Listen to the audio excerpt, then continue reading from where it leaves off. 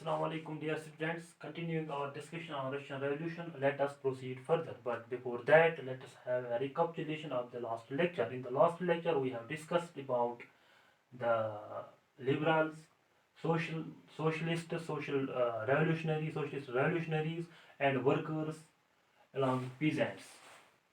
They now made a collective approach to put their demands before Tsar. In that, we have also discussed in 1904 the real wage declined, जिससे जो workers हैं उनकी condition बहुत ख़राब हुई, उन्हें बहुत सारी मुश्किलात का सामना करना पड़ा।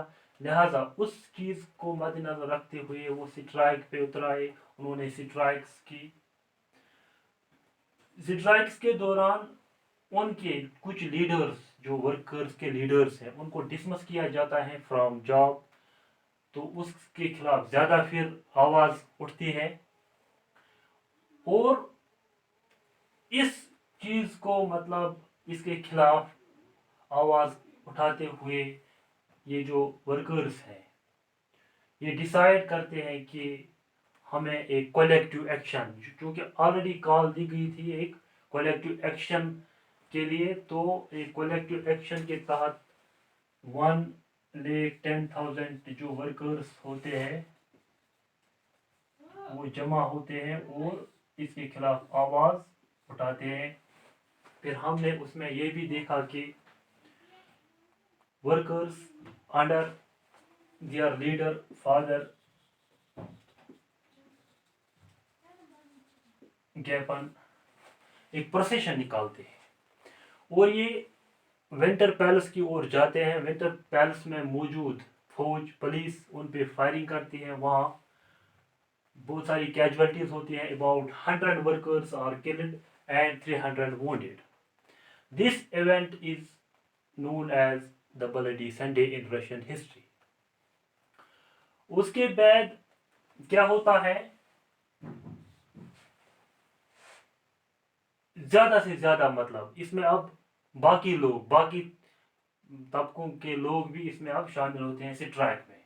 जब ये इवेंट वो देखते हैं कि इतने मजदूर मारे गए, इतने जख्मी हुए हैं, तो इसके खिलाफ ज़्यादा से ज़्यादा आवाज़ उठती है रशिया में। आवाज़ बहुत सारे मतलब जो डिफरेंट पेशे से ताल्लुक़ रखते हैं लोग वो भी इसमें शिरकत करते हैं। मसलन इसमें डॉक्टर्स, इंजीनियर्स, लॉयर्स, स्टूडेंट्स, यानी यूनिवर्सिटीज़ वायर क्लोज्ड। स्टूडेंट्स ने स्ट्राइक की कि लेक ऑफ लिबर्टीज़ है रशिया में, ये जो सारा है ये मतलब बंद होना चाहिए, ऐसा नहीं होना चाहिए। तो इसके खिलाफ फिर मिडिल क्लास पीपल भी इसमें शामिल हो जाते हैं और जार पे एक प्रेशर आता है। जार प्रेशर में आके इनकी एक डिमांड पूरा करता है। वो क्या है कि दे वर डिमांडिंग कंसल्टेटिव पार्लियामेंट या दुमा। इस चीज की जार ने इजाजत दे दी और इलेक्टेड कंसल्टेटिव पार्लियामेंट बनाया गया। ये जो पार्लियामेंट बनाया गया, जार ने ये सोच के इन्हें इजाजत दी कि शायद आवाज बैठेगी। ये जो स्ट्राइक्स हो रहे हैं इसके खिलाफ, मतलब मेरी हुकूमत के खिलाफ, ये शायद अब बंद हो जाएगा। तो एक इलेक्टेड कंसल्टेटिव पार्लियामेंट बनाया जाता है जो कि फिर 75 डेज के अंदर ही डिसमिस किया जाता है। लेकिन इसकी इजाजत के बाद, यानी इलेक्टेड कंसल्टेटिव पार्लियामेंट बनाने के बाद, जार क्या करता है कि वो तमाम जो भी पॉलिटिकल पार्टीज हैं या ट्रेड यूनियंस हैं, वर्कर्स यूनियंस हैं, उन्हें इलीगल करार देता है कि अब कोई यहाँ पे कोई पॉलिटिकल एक्टिविटी नहीं होनी चाहिए। तो उसका मकसद क्या है, पहले कि ये जो आवाज उठ रही है मेरे खिलाफ ये कम हो जाए, ये दब जाए। इसीलिए उसने इसकी इजाजत दे दी इलेक्टेड कंसल्टेटिव पार्लियामेंट की। फिर 75 डेज में ही इस पार्लियामेंट को उसने डिसमिस किया और एक नया सेकंड पार्लियामेंट बनाया गया। दुमा, पार्लियामेंट मीन्स दुमा इन रशिया। तो सेकंड पार्लियामेंट बनाने के फौरन बाद ही उसने उसको भी, इस पार्लियामेंट को भी डिसमिस किया और एक नया पार्लियामेंट बनाया जाता है। यानी इसका मकसद क्या है कि इसकी जो पावर है, प्रेस्टेज है, अथॉरिटी है, इसमें कमी ना आए। और वो अब अपने अंदाज से सोच रहा है कि मैं इस चीज को किस तरह मैनेज करूं।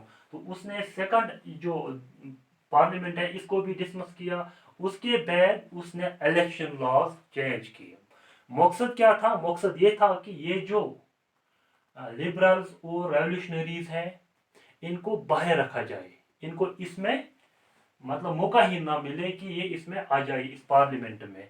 क्योंकि यही लोग थे जो जार के खिलाफ मतलब आवाज उठा रहे थे, उसके जो पॉलिसीज हैं उसको क्रिटिसाइज कर रहे थे। तो जब उसने इलेक्शन लॉज चेंज किए, इलेक्शन लॉज ऐसे बनाए कि these liberals and social revolutionaries, they were kept out. Only the conservatives, as I have already told you, conservative is a group of persons who were close to these monarchs.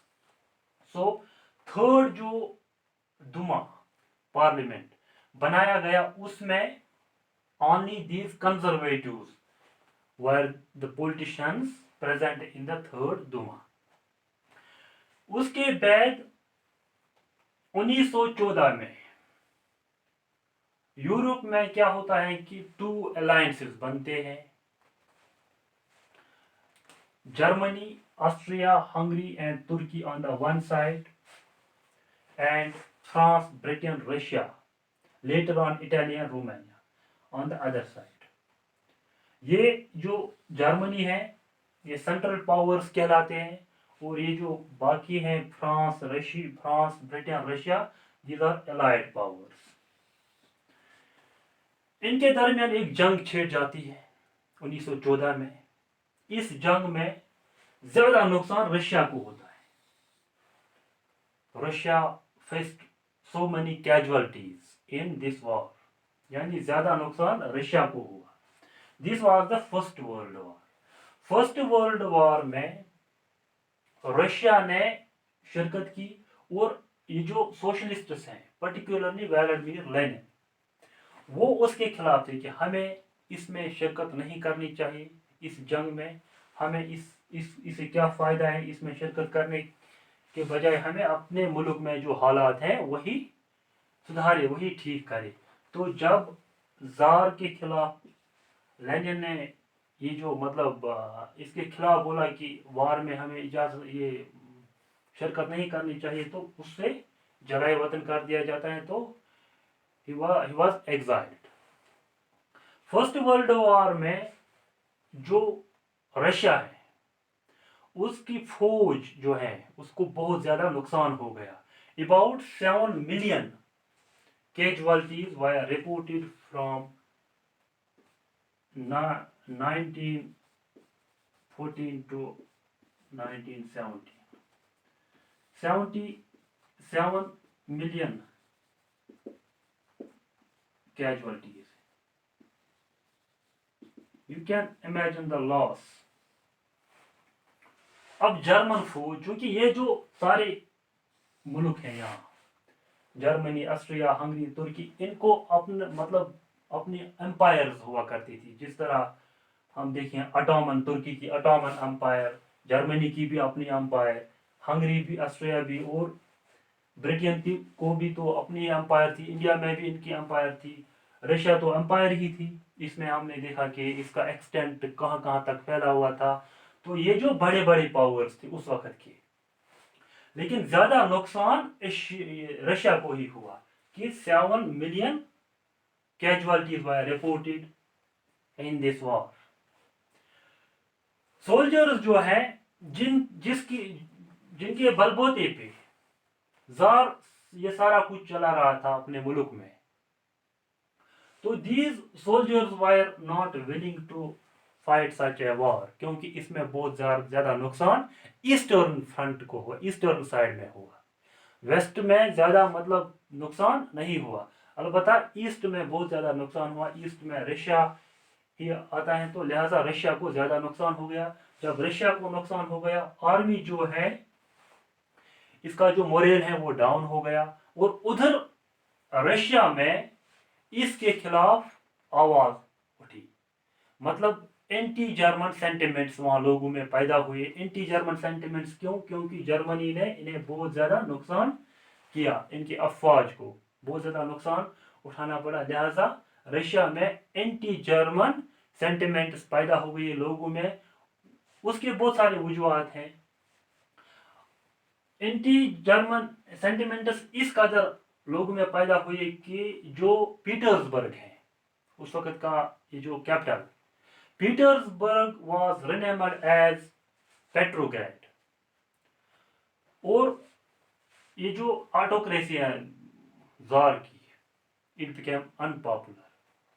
इसके खिलाफ लोग अब नाराज हैं। इसके खिलाफ मतलब लोग टोटल आवाज उठा रहे थे, नाराज थे इससे। और इसके अलावा जो जरीना है, क्योंकि जार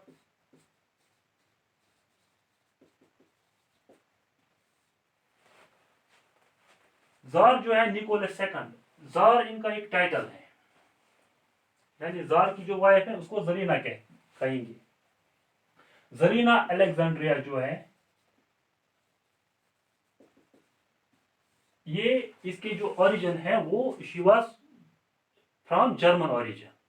इसके अलावा उस जार की जो सलाहकार है, पर्टिकुलरली रासपुटिन, उनकी वजह से ये जो ऑटोक्रेसी है ये अनपॉपुलर हो गई, और जार के खिलाफ लोग बहुत ज्यादा मतलब उन जार के खिलाफ गुस्सा थे लोगों में। और लोग नहीं चाहते थे कि ये जो रशिया है इसको कोई मतलब जिल्लत हो पूरी दुनिया में। लेकिन यहाँ फौज रशिया के अंदर जर्मन फौज दाखिल हो चुकी थी। अब रशियन जो आर्मी है इनको लगा कि अब ये शायद अंदर आ सकते हैं। लिहाजा उन्होंने क्या किया, उन्होंने अपने ही बिल्डिंग्स को तबाह किया, वहाँ क्रॉप्स बर्बाद किए।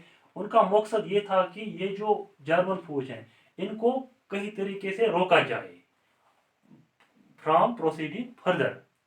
तो उस लिहाज से उन्होंने अपने ही बिल्डिंग्स तबाह किए, अपना ही फसल तबाह किया, ताकि इनको रहने की जगह ना मिले जर्मन फौज को, और इनको खाने को कुछ ना मिले। लिहाजा ये वापस जाएंगे। तो इससे एक और प्रॉब्लम होती है रशिया में, that is the problem of refugees. Problem of refugees, बहुत सारे लोग बेघर हो गए। About 3 million people became homeless due to this. अब फौज भी जार के खिलाफ मतलब हो गई। वो ये वार लड़ना ही नहीं चाहते थे, लेकिन जार को अपनी प्रेस्टीज थी, तो वो ये वार मतलब कंटिन्यू करना चाहता था। लिहाजा उसने क्या किया, उसने फौज के अलावा बाकी जो मजदूर हैं, एबल बॉडीड पर्सन्स, उनको बुलाया जंग में शिरकत करने के लिए। जब वो आते हैं उनको ज़बरदस्ती लाया जाता है। जो रशिया में मतलब मजदूरों की किल्लत होती है, जब मजदूरों की किल्लत हो जाती है, तो जो प्रोड्यूसिंग फार्मर्स हैं, स्मॉल प्रोडक्शन जहाँ पे होती है रोटी वगैरह, ये इसमें कमी आ गई। यानी हम कहाँ की ओर जा रहे हैं, फूड शॉर्टेज। तो जब कमी आ जाती है, जो लोग हैं इनको मतलब अब फूड अवेलेबल नहीं होता है जल्दी, मतलब क्योंकि प्रोडक्शन जब वहाँ मजदूर ही कम हो गई तो प्रोडक्शन कौन करेगा। इस वजह से सिकैरिटी ऑफ फूड रशिया में हो गया, और लोग जो है उनको बहुत मतलब परेशानियों का सामना करना पड़ा। इसके बाद रशिया में फिर हालात बदलते हैं। फिर फरवरी में एक और रेवोल्यूशन आता है कि जब इसके सलाहकार, जार के सलाहकार उसको मशवरा देते हैं मिलिट्री जनरल्स कि अब हालात बहुत ख़राब हो चुके हैं, अब आप छोड़ दीजिए, आप इस्तीफा दीजिए, आप कहीं चला जाए, ताकि ये जो सेंटिमेंट है, एंटी जार सेंटिमेंट है लोगों में, इससे ہم مطلب آپ کی حکومت کو خطرہ ہے، تو آپ کی بلکہ آپ کی جو مطلب فیملی ہے ان کو خطرہ ہے، آپ اس لیے چھوڑ دیجئے. تو پھر فیبروری میں ہی یہ جو زار کی سلطنت ہے یہ ختم ہو جاتی ہے، اور this autocracy ended in Russia. After that, we will study in the next lecture. Thank you.